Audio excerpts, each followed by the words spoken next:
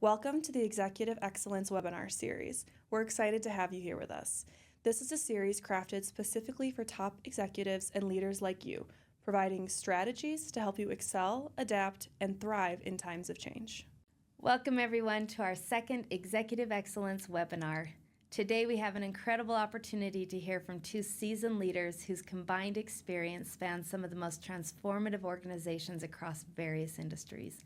We're thrilled to welcome Nickolaisen, a true pioneer in digital transformation. Niel has successfully led transformation efforts at well-known organizations including Western Governors University, OC Tanner, Energy Solutions, and Franklin Covey. He's also a senior IDC analyst.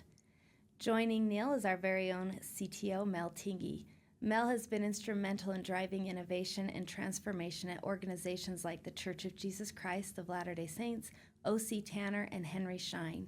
Since joining our team, Mel has been guiding us through our own digital transformation, helping us reshape our approach to technology and strategy. Whether you're in the C-suite, a director, a manager, or an individual contributor, today's discussion will offer valuable perspectives and actionable takeaways to support your role in your organization's digital transformation. Thank you for joining us today, and let's dive into what promises to be a powerful and enlightening conversation.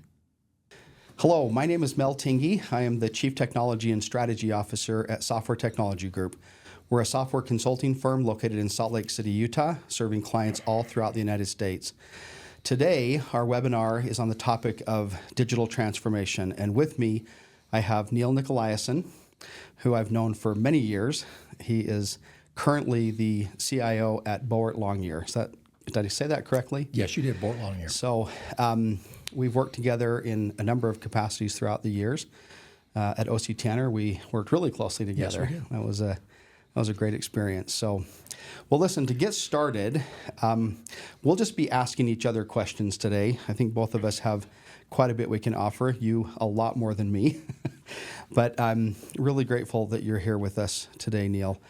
To start off with, I think it would be helpful to just hear your perspective on what does digital transformation mean? What does that, when people hear that, what does it mean? Yeah, it's certainly become buzzwordy over the last 12, 15-ish years.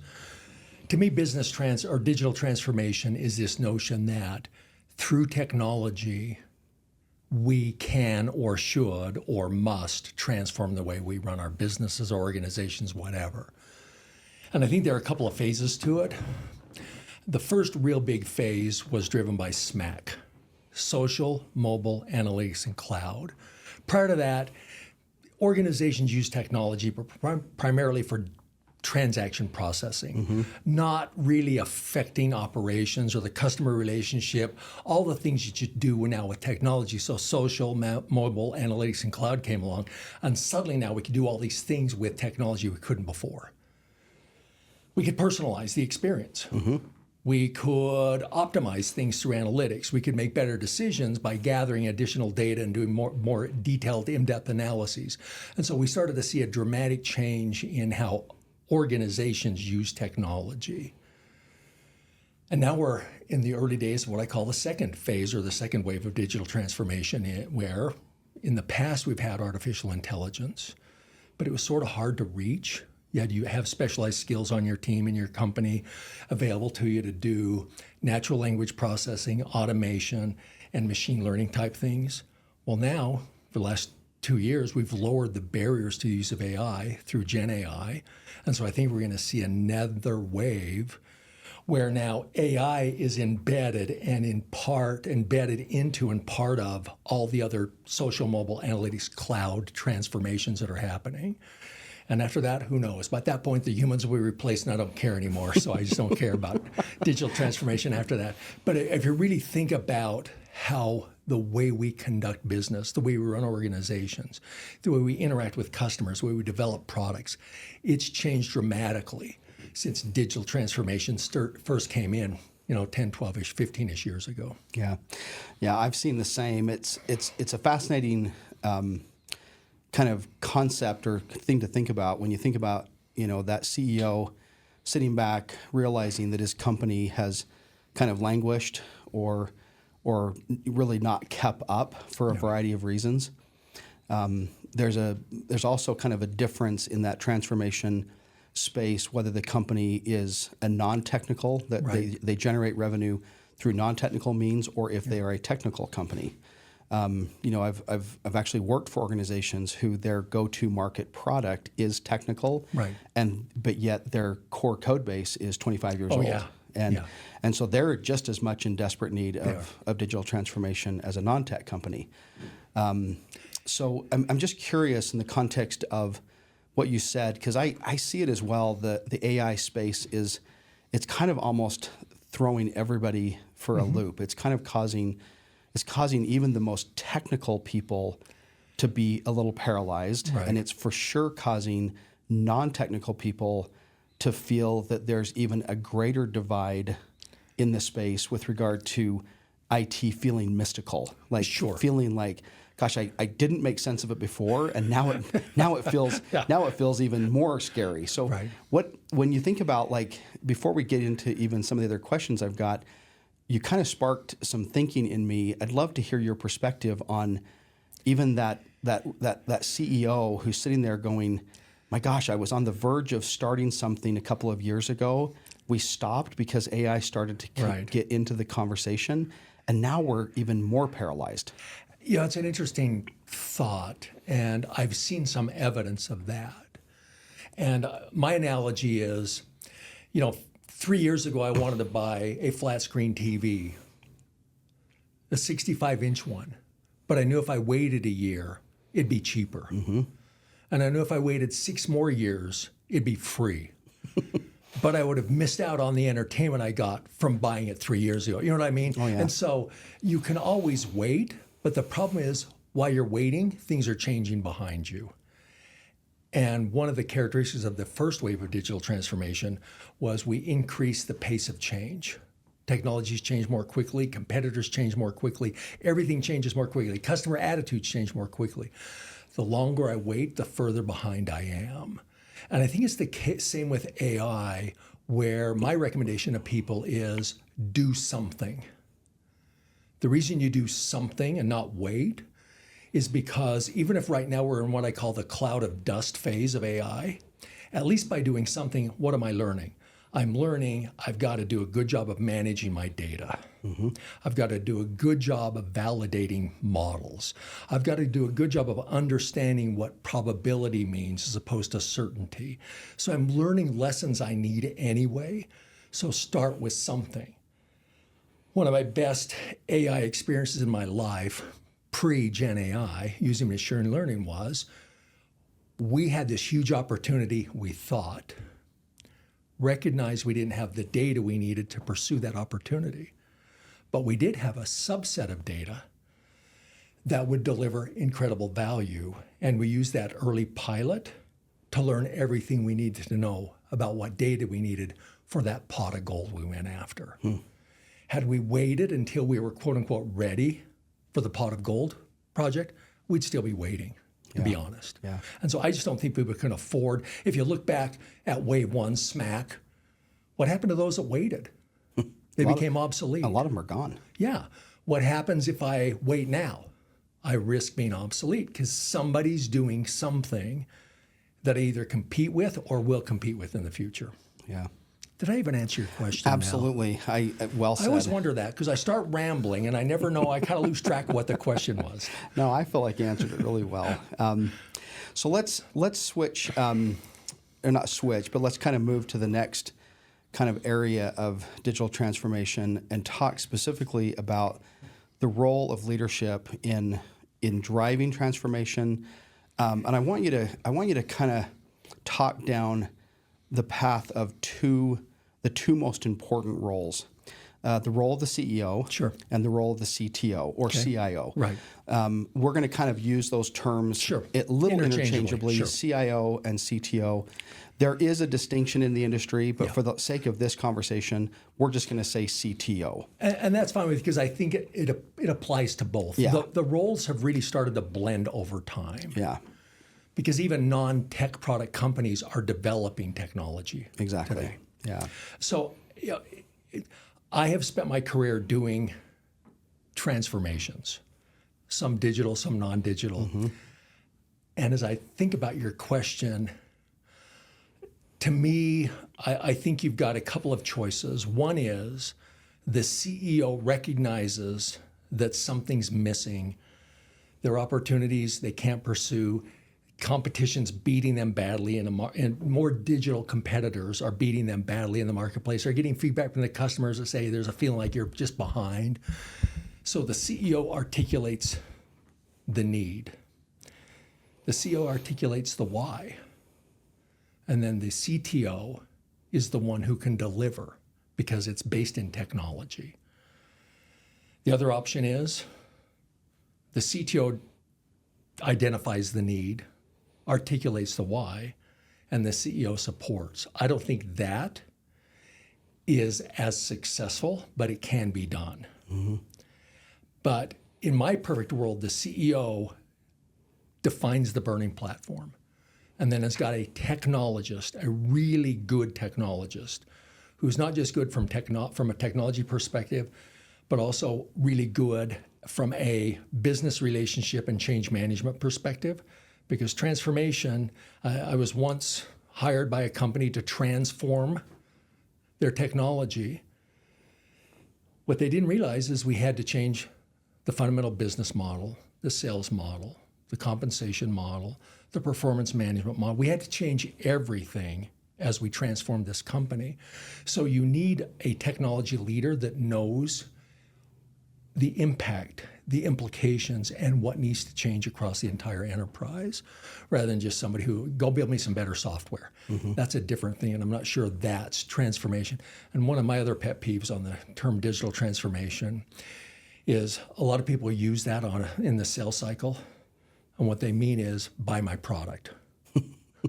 What they mean is, migrate a workload to the cloud. To me, digital transformation has changed the way the organization operates, the way it builds and delivers its products. Yeah, I mean, as much as you and I know each other, this is a conversation that we've had many, many times. And sometimes these buzzwords that the industry uses, digital transformation and so forth, they do get misunderstood and are often just, maybe one consultant's mindset or their way of kind of, pushing their little idea or product into an organization. Yeah. But if you think about digital transformation through the lens of business, which is, in my opinion, where it has its grounded value, it's that CEO who actually understands that his or her company actually needs to change. Yes.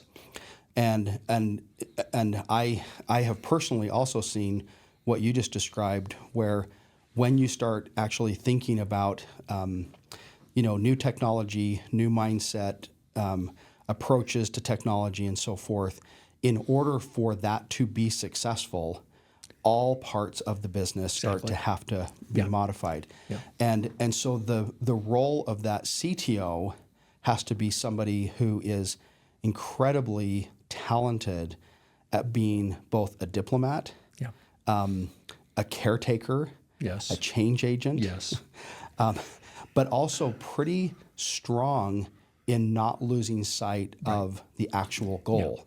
Yeah. It can sometimes be as nuanced as, a support organization who hasn't created their identity yet. Right. And so as you're building the new technologies, the new approaches, marketing's made the change, sales has made the change, operations has made the change. But that frontline person who's receiving the support call is still operating from a mindset that existed 2 years ago. And so that CTO has got to be able to be pretty articulate in saying it's all of us have to identify what has to change. Yeah, it's not something you outsource to the technology department or group. And I think there are some other things that go along with it as well. I think part of it is, like you said, a real clear vision that you can articulate of where we're going. But also part of that is the message, this isn't an event. Mm-hmm. Transformation is now what we do, because the technologies are going to continue to change, the competition is going to continue to change, the employee profiles, everything's going to change. And so our digital transformation is really putting in place the processes and the cultures that we need so we can continually transform rather than get to a point where we say, we've arrived, we've been transformed. Because as soon as you say that, it's time to transform again. Yeah. And so I think part of it is just that understanding, because you and I both have worked with organizations that treated their digital transformation as a destination rather than a process. Yeah. Yeah. It's interesting. When is this going to end? Yeah. Never. Never. What? I'm tired of change. Get used to it. Yeah. I had somebody years ago talk about kind of the philosophical mindset of what normally people call kind of Western thinking, as opposed to Asian or Eastern thinking. And if you think about the way the folks in the Eastern, Asian countries think, it's very process oriented. It's where Japan is where we saw the Six Sigma come from, and lean and so forth.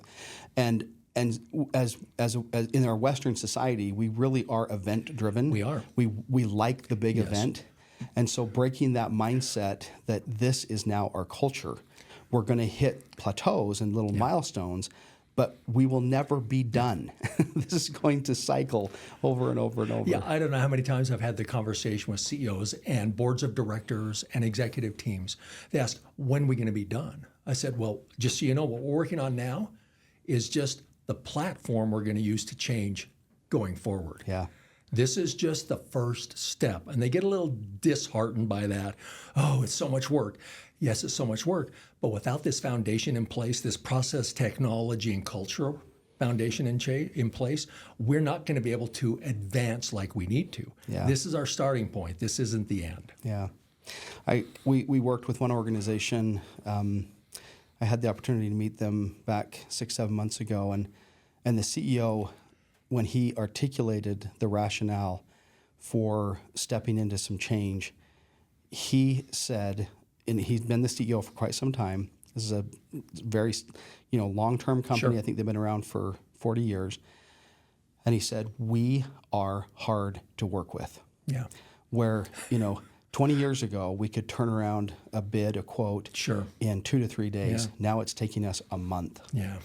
And that month has come from, it's a series of Excel spreadsheets and different people in the organization that all have to look at it. And because it's never been systematized and culturally identified as, a need to turn around fast, that they just have accepted that that's okay. And so, the shipping department thinks their portion is done fast because they get theirs done in 3 or 4 days. Yeah. The sales portion thinks theirs is fast because they get theirs done in 3 or 4 days. But when you combine it and you look at it through the lens of the customer experience, they're frustrated. Yeah. And so it really was the CEO who was looking holistically saying, we have to be easier to work with. Yeah. And so our as I talk with him, it's just what you said. Let's step into it small. Yeah. Let's not try to figure it all out right now. Let's step into it small. Yeah. Take one little thing, start building that confidence. Yeah. And AI for me is one of those situations where, in a company, I would say marketing is probably the fastest and easiest place to start testing AI. Yep. In just, getting a first draft of copy, first draft of ideas and so forth. But honestly, organizations would do well to say, okay, all these individuals, we'll buy you a ChatGPT account or whatever tool you want. It doesn't even matter. Set some ground rules. Yeah. Don't be pushing any PII in. But each of you on your own think creatively of where you can start doing it. Yeah.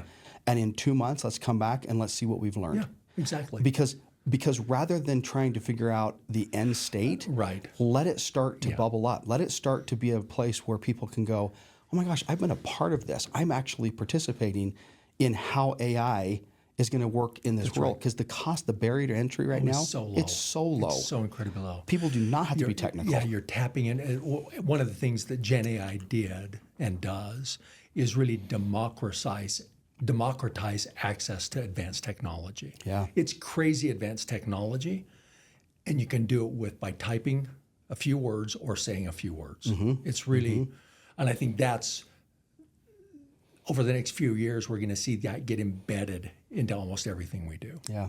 And a lot of projects in AI right now are really nothing more than sophisticated prompts. Exactly. That's it. That's right. And so if you teach people up front to build themselves a Yeah. set of pre-written prompts, Yeah. they can actually start to get yeah. some pretty good quality content coming back. Anyway, So, yeah. okay. We Well, live in interesting times. yeah. So let's go to the next. So we talked about AI, and if that's where we want this next section to go more, I'll leave it to you. But I want you to talk through other trends.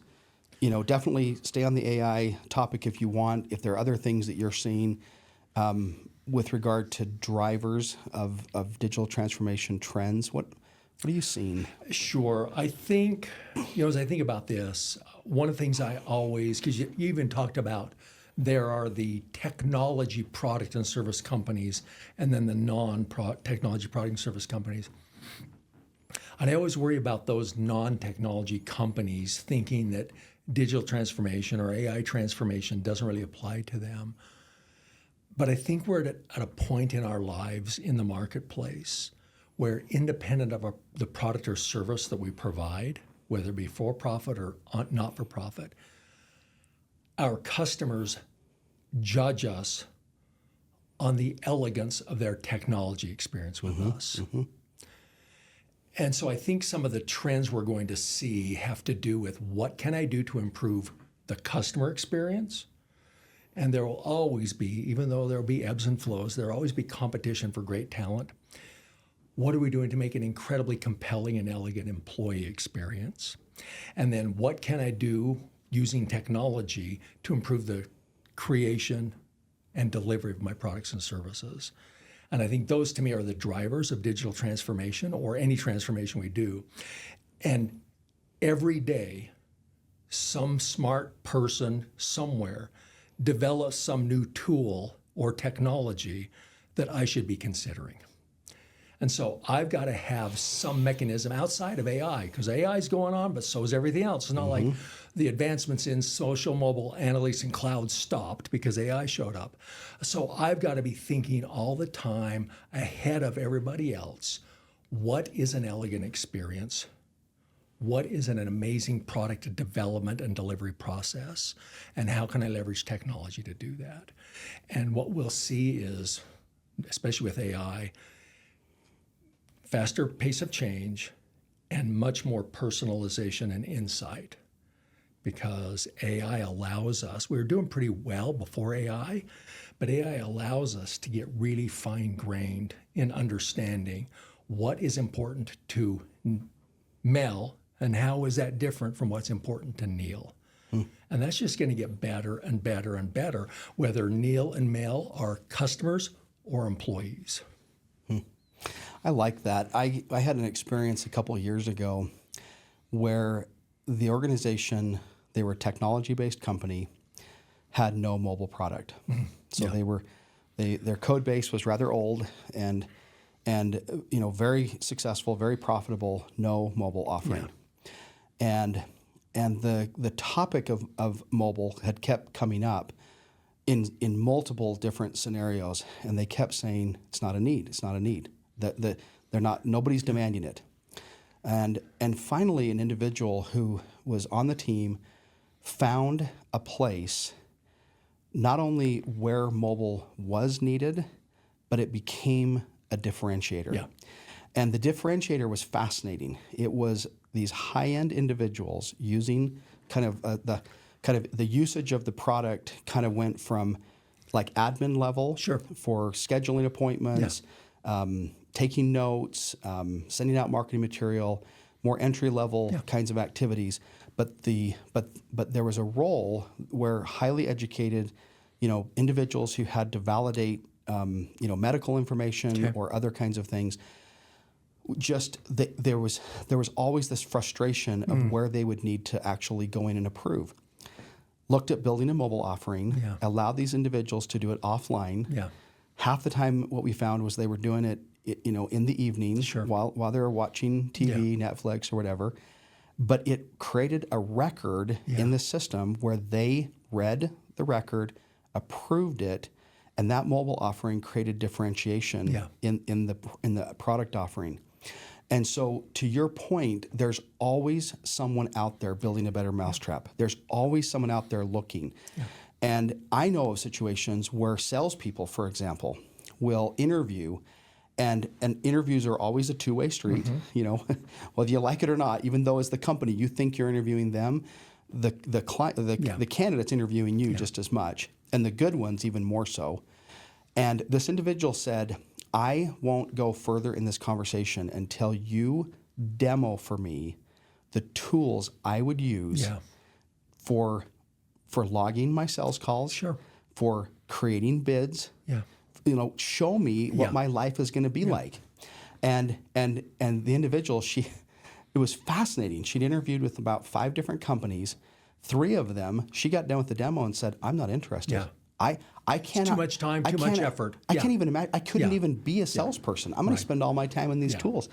And she said later she found out that company actually, it kind of woke them up. Like, now I guess our current salespeople who are complaining they had some merit to their complaining.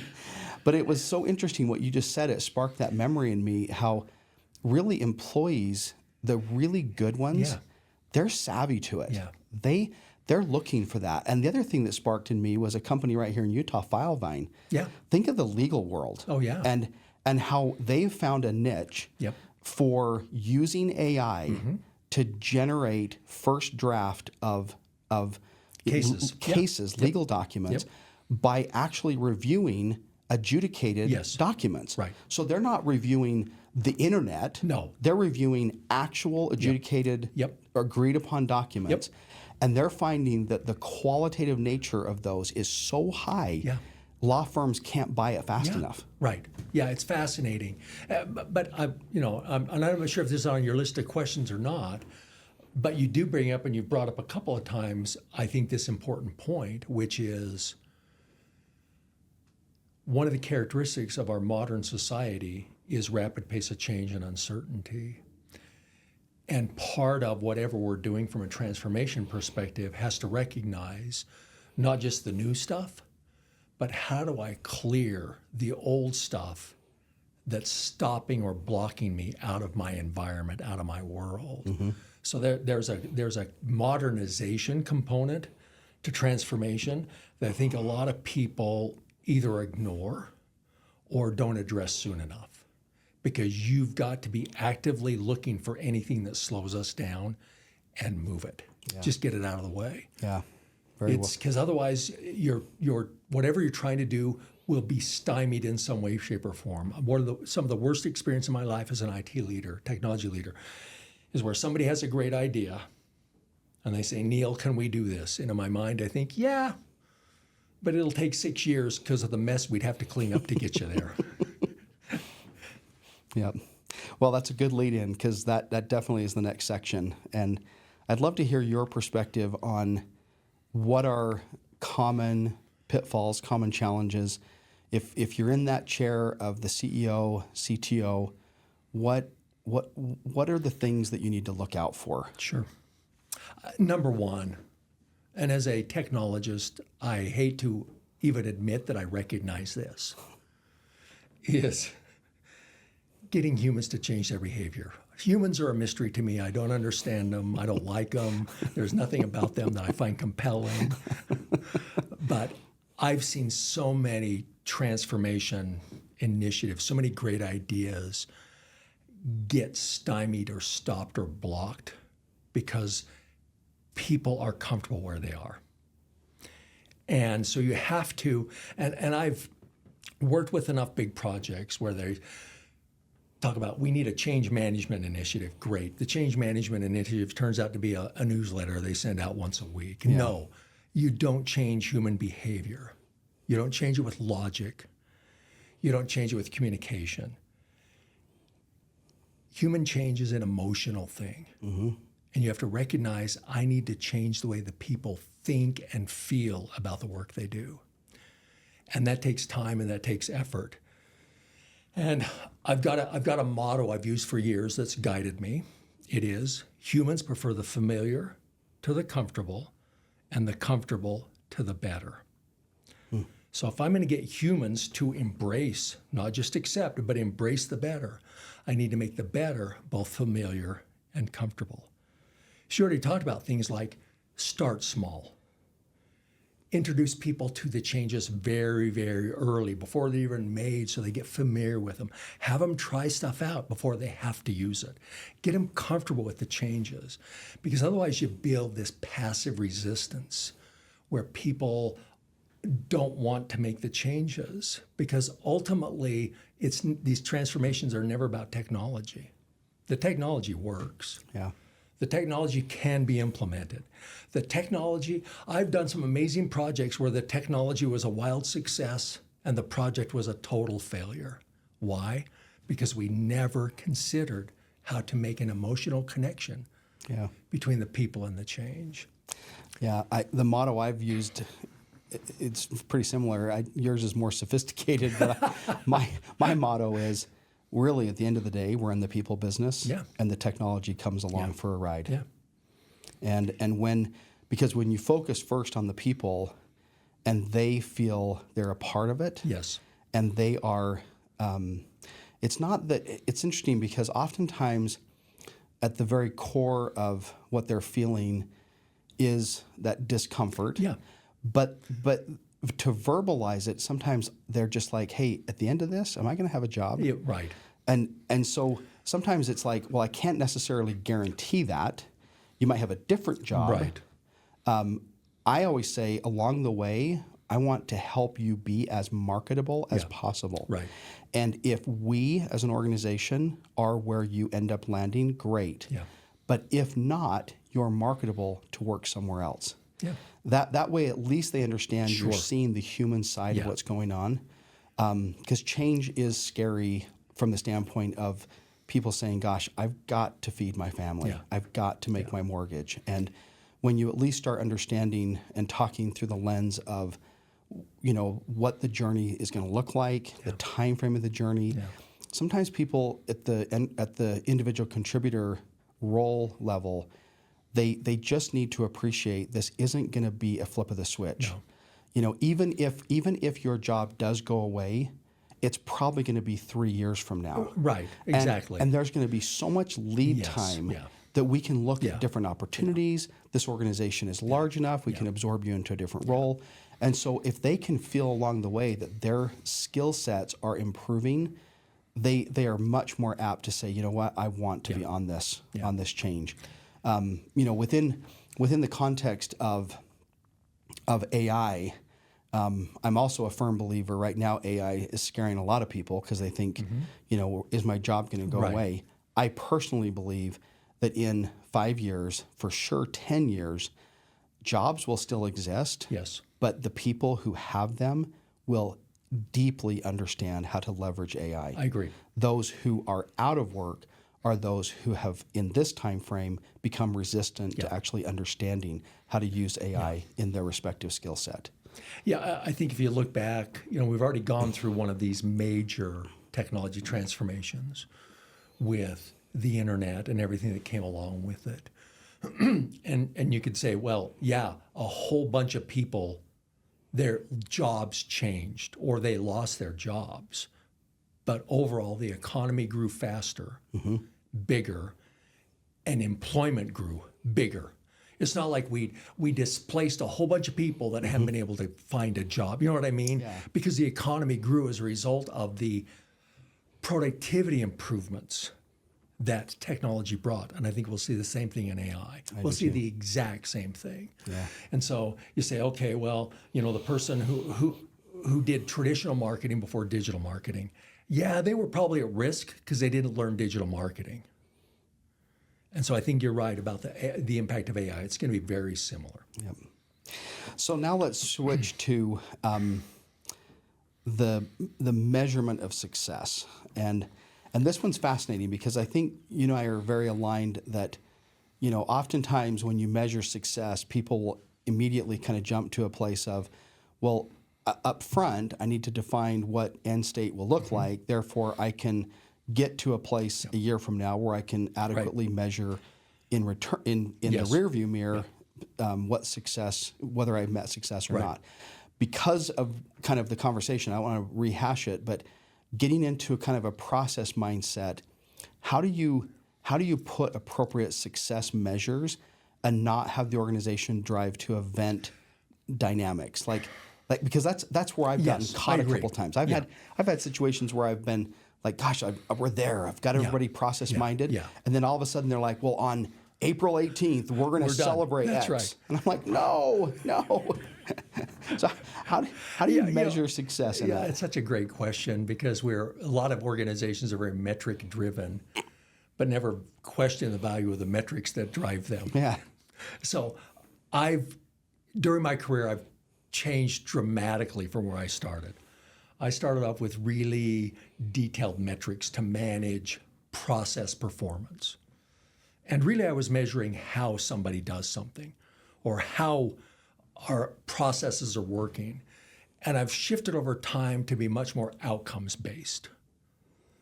I don't care. The process is working if we achieve the outcome.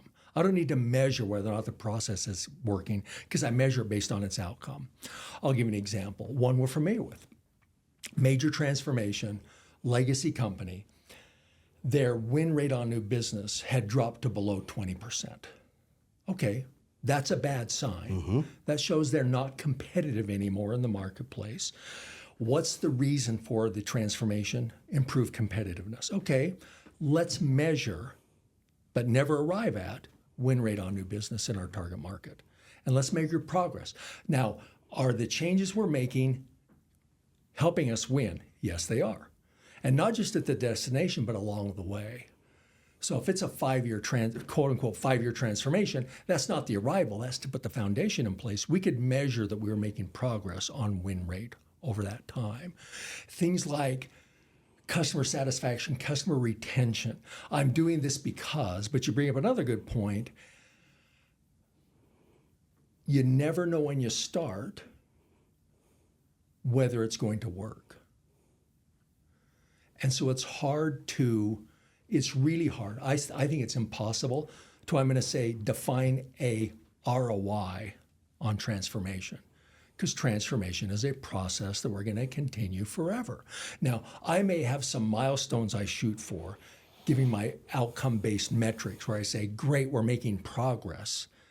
But I don't think you can ever define and articulate those until you start.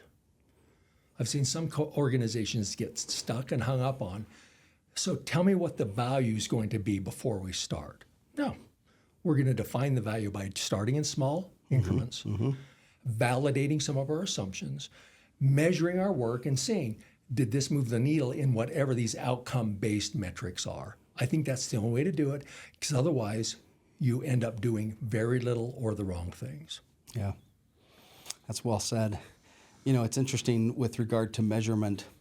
Often what I have found in avoiding event measurement is that you do a snapshot, you say, okay, in this time window, not on any given day, sometime in this 2 or 3 week window, we're going to huddle together and we're going to do a retrospective. And we're going to evaluate, where are we?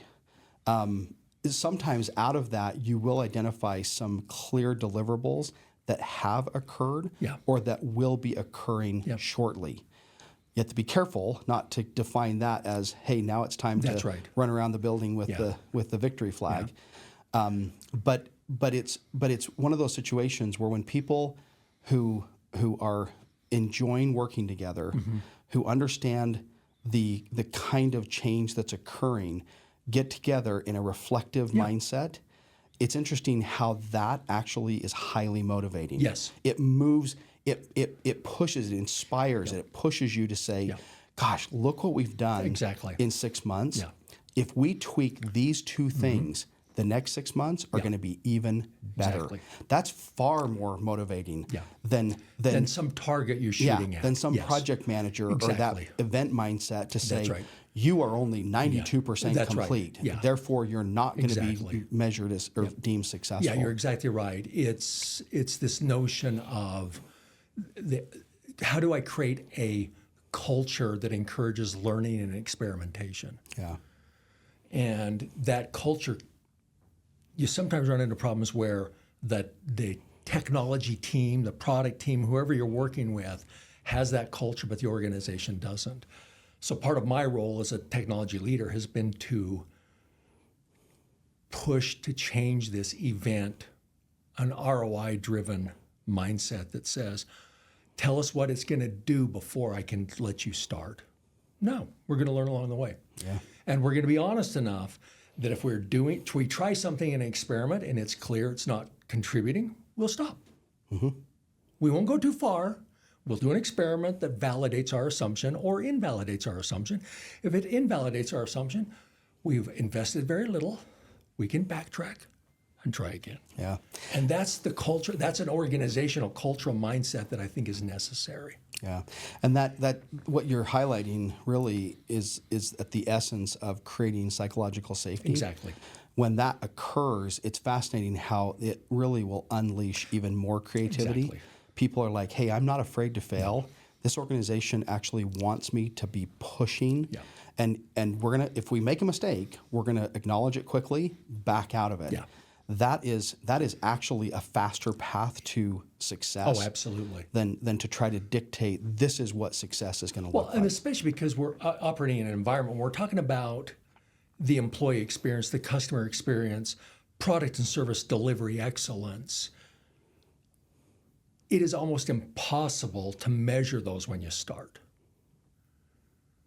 And so how can you make that a qualifier before you start? Yeah, that's a good point.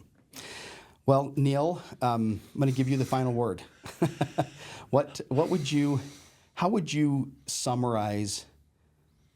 I want to kind of hear, because you've had experience across multiple organizations, and I just would love to kind of have you wrap this up today with, maybe lessons learned, Sure. What's worked, what's not, what advice you'd give people. I view my role as really being responsible for three things. And if I'm reasonably good at digital transformation, I would say it entails three things. First, what are we going to do that seriously, honestly creates competitive advantage? And that exists for nonprofit organizations too. Why does somebody engage with you for whatever reason? Secondly, we have to be credible. People have to trust us completely. We're asking them to go on a journey with us, and the destination is uncertain. The path is even more uncertain than the destination. So you got to build relationships of trust. So how do I build relationships of trust? I have to be credible. I have to be really good at delivery. I have to keep my commitments, and I have to build personal relationships with people. And then I have to personally, one of my mottos that I had to learn through harsh, failed experiences was this: leaders are those who gain followers. As a leader, what are my personal characteristics so people will choose to follow me? Not because they're forced to, because they report to me in an org chart, but what is the influential authority I have, and how do I improve that? Because ultimately my job as a transformational leader is to convince people to willingly follow me on this journey. And that forced me to be very different from what I thought my leadership characteristics should be. Yeah. Well said. As always, Niel, it's a pleasure. Thanks for the invitation. You're a great friend. It's always good to talk and collaborate and brainstorm about these things. You brought up some things that I need to think about, so I appreciate it. Thank you very much, and thank you for being with us today. Thank you for being part of the Executive Excellence webinar series. We hope you found it inspiring and full of valuable insights. If you're looking to dive deeper and connect with other leaders, simply scan the QR code on your screen and apply for one of our exclusive roundtables. Thanks again for joining us. We look forward to seeing you next time.